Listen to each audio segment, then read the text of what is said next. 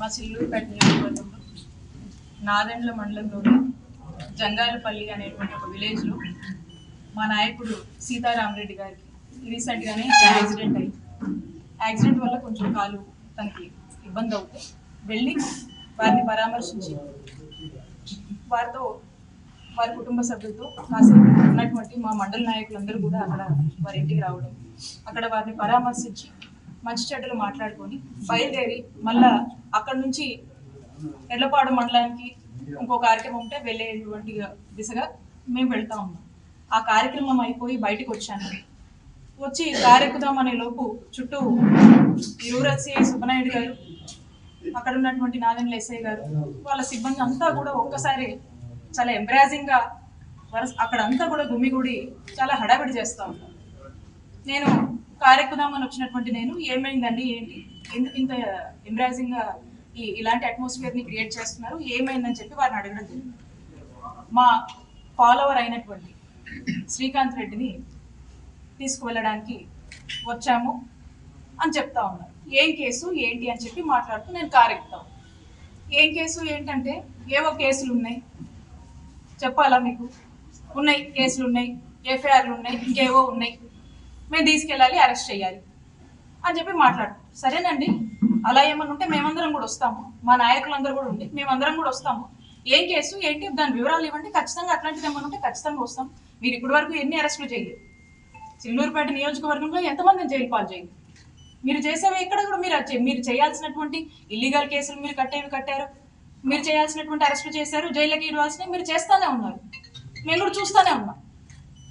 ఈ రోజున స్పెసిఫిక్ గా ఏంటండి, కారణం ఏంటి, ఏం ఎఫ్ఐఆర్ ఉంది, దేని తాలూకా అని మేము డీటెయిల్స్ ఇవ్వండి, ఖచ్చితంగా మేము సహకరిస్తామని మాట్లాడుతుంటే సుబ్బనాయుడు గారు తను ఒక సిఐ అనేది కూడా పక్కన పెట్టి ఒక టీడీపీ కార్యకర్త మాదిరి ఏ విధంగా కూడా అక్కడ ఒక మహిళనని, ఒక మహిళా మంత్రిగా పనిచేశాను గతంలో అని, ఇక్కడ శాసనసభ్యురాలుగా కూడా పనిచేశాను అనేటువంటి విషయాన్ని పూర్తిగా కూడా పక్కన పెట్టి నన్నే థ్రెటనింగ్ చేస్తూ ఆఖరికి ఏ విధంగా కూడా తను, మీరందరూ కూడా చూశారు, ఆ వీడియో అందరూ చూశారు, ఏ విధంగా మీదకి వచ్చి నా కారు దగ్గర నేను ఉంచిన, నా కారు నేను ఎక్కుతుంటే నా సీట్లో ఉంచి తను నన్ను అక్కడి నుంచి అసలు ఏం పదాలు వాడాలో కూడా మనకు అర్థం కావట్లేదు. అలాంటి బిహేవియర్, అలాంటి నేచర్ని తను ప్రదర్శించి ఒక మహిళ అనే మినిమం కర్టసీ కూడా మర్చిపోయి అతను మీదకి వచ్చి ఏ విధంగా నన్ను ఇబ్బంది పెట్టి కారు నుంచి బయటికి లాగేటువంటి ప్రయత్నం చేశారో మీరందరూ కూడా చూశారు. ఇంకేదో అని చెప్పి థ్రెటనింగ్ మోడ్ లోనే మీరందరూ చూశారు. అప్పటికి ఎక్కడ కూడా బ్యాలెన్స్ తప్పకుండా మాక్సిమం బ్యాలెన్స్ సిఐ గారు ఏంటిది, సిఐ గారు అని చెప్పి తనకిచ్చే మర్యాదలో ఎక్కడ కూడా తగ్గకుండా సిఐ గారు ఏంటిది అని అంటానే ఉన్నా. ఏ మాత్రం కూడా పట్టించుకోకుండా ఏ విధంగా కారులోకి ఆయన జొరబడే ప్రయత్నం చేస్తూ ఈ విధంగా అరెస్ట్ చెయ్యొచ్చా అనేటువంటి ఒక అరెస్ట్ గా ఈరోజు ఈ రాష్ట్రంలో ఈ అరెస్టును మనం చూడొచ్చు. మొదటి నుంచి కూడా ఆ సందర్భంలో తనకి ఏవేవో ఫోన్లు వస్తానే ఉన్నాయి, మా ప్రెజర్స్ మాకున్నాయి. ఇక అదే మరి ఎవరి మెప్పుల కోసము ఈ విధమైనటువంటి ధోరణి, ఈ విధమైనటువంటి ప్రవర్తన, తను ఒక యూనిఫామ్ లో ఉన్నటువంటి సిఏగా తను మర్చిపోయి నేను ఒక ఎక్స్ మినిస్టర్ గా పనిచేసిన ఒక మహిళను అనేటువంటి విషయాన్ని పక్కన పెట్టి ఇటువంటి నేచర్ తో తను బిహేవ్ చేశాడనేది ఈరోజు రాష్ట్రం అంతా ప్రజలందరూ కూడా చూస్తా ఉన్నారు. కూటమి ప్రభుత్వం అధికారంలోకి వచ్చిన దగ్గర నుంచి చూస్తా ఉన్నారు. నేను ఒక ధర్నాకి వెళ్ళి ధర్నాలో మా క్యాడర్ పార్టిసిపేట్ చేస్తే మా మీద కేసు కడతారు. ఇంట్లో ఉన్నటువంటి మా మామయ్య, గతంలో కూడా చెప్పాను, దాదాపు 80 సంవత్సరాల వరకు ఉంటాడు, ఆయన మీద కేసులు కట్టారు. ఈ రోజున మా మరిది జైల్లో ఉంది. నా మరిది జర్మనీలో ఉంటే అతని మీద కూడా కేసులు కడతారు. ఒక 3 రకాల కేసులు ఎంచుకున్నారు. కత్తి చూపించడం, ఎక్స్ట్రాక్షన్ కేసు, కట్టు కదల్లి కేసులు పెడుతున్నారు. ఏదైనా బ్రైబ్ అని చెప్పి అదొక కట్టు కదల్లి ఒక కేసు పెడుతున్నారు.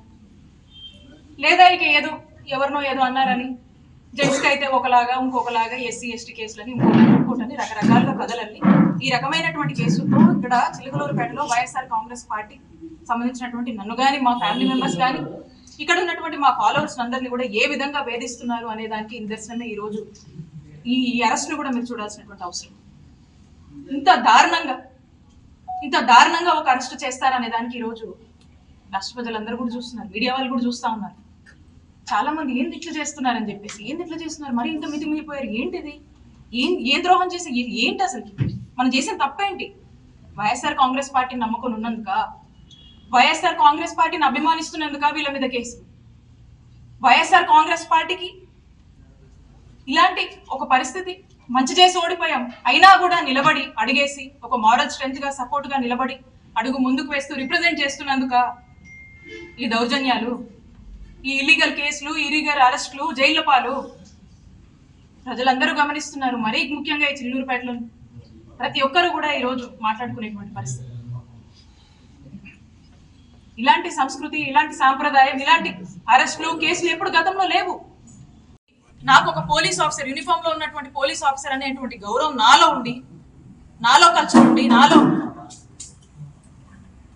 నాలో ఒక రెస్పెక్ట్ ఉండి, అప్పటికి నన్ను నేను రిస్ట్రెయిన్ చేసుకొని నేను గౌరవప్రదంగానే నేను అప్పటికి నేను కన్వే చేస్తున్నా కూడా మరి వినకుండా ఏ విధంగా సిఐ గారు మితిమీరిపోయి ఏ విధంగా ప్రవర్తించారో అందరూ కూడా చూస్తూ ఉన్నారు. ఖచ్చితంగా రాష్ట్ర ప్రజలు అన్ని గమనిస్తున్నారు, అందరు కూడా అర్థమవుతా ఉంది.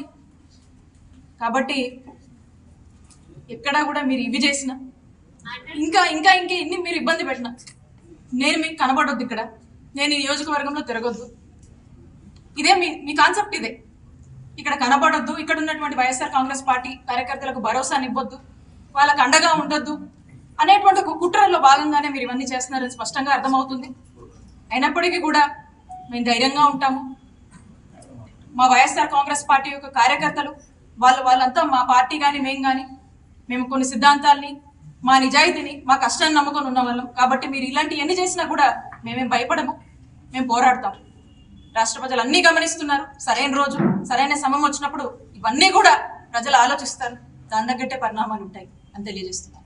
పోలీసు వ్యవస్థలో తులసి వనంలో గంజాయి మొక్కలు ఎలా అయితే అక్కడక్కడ ఉంటాయో, ఆంధ్రప్రదేశ్ రాష్ట్ర పోలీసు వ్యవస్థలో తులసి వనంలో గంజాయి మొక్కల్లాగా కొంతమంది చెడిపోయిన పోలీసులు కాకికి బట్టలు వేసుకుని తిరుగుతున్నటువంటి పరిస్థితుల్లో మీరు చెప్పినటువంటి మహిళా ఎంపీటీసీని మహిళా పోలీసులు కానీ ఎవరూ లేకుండా, లేదా అర్ధరాత్రి పూట ఒక మగ పోలీసులు ఈ రకంగా ఆవిడ్ని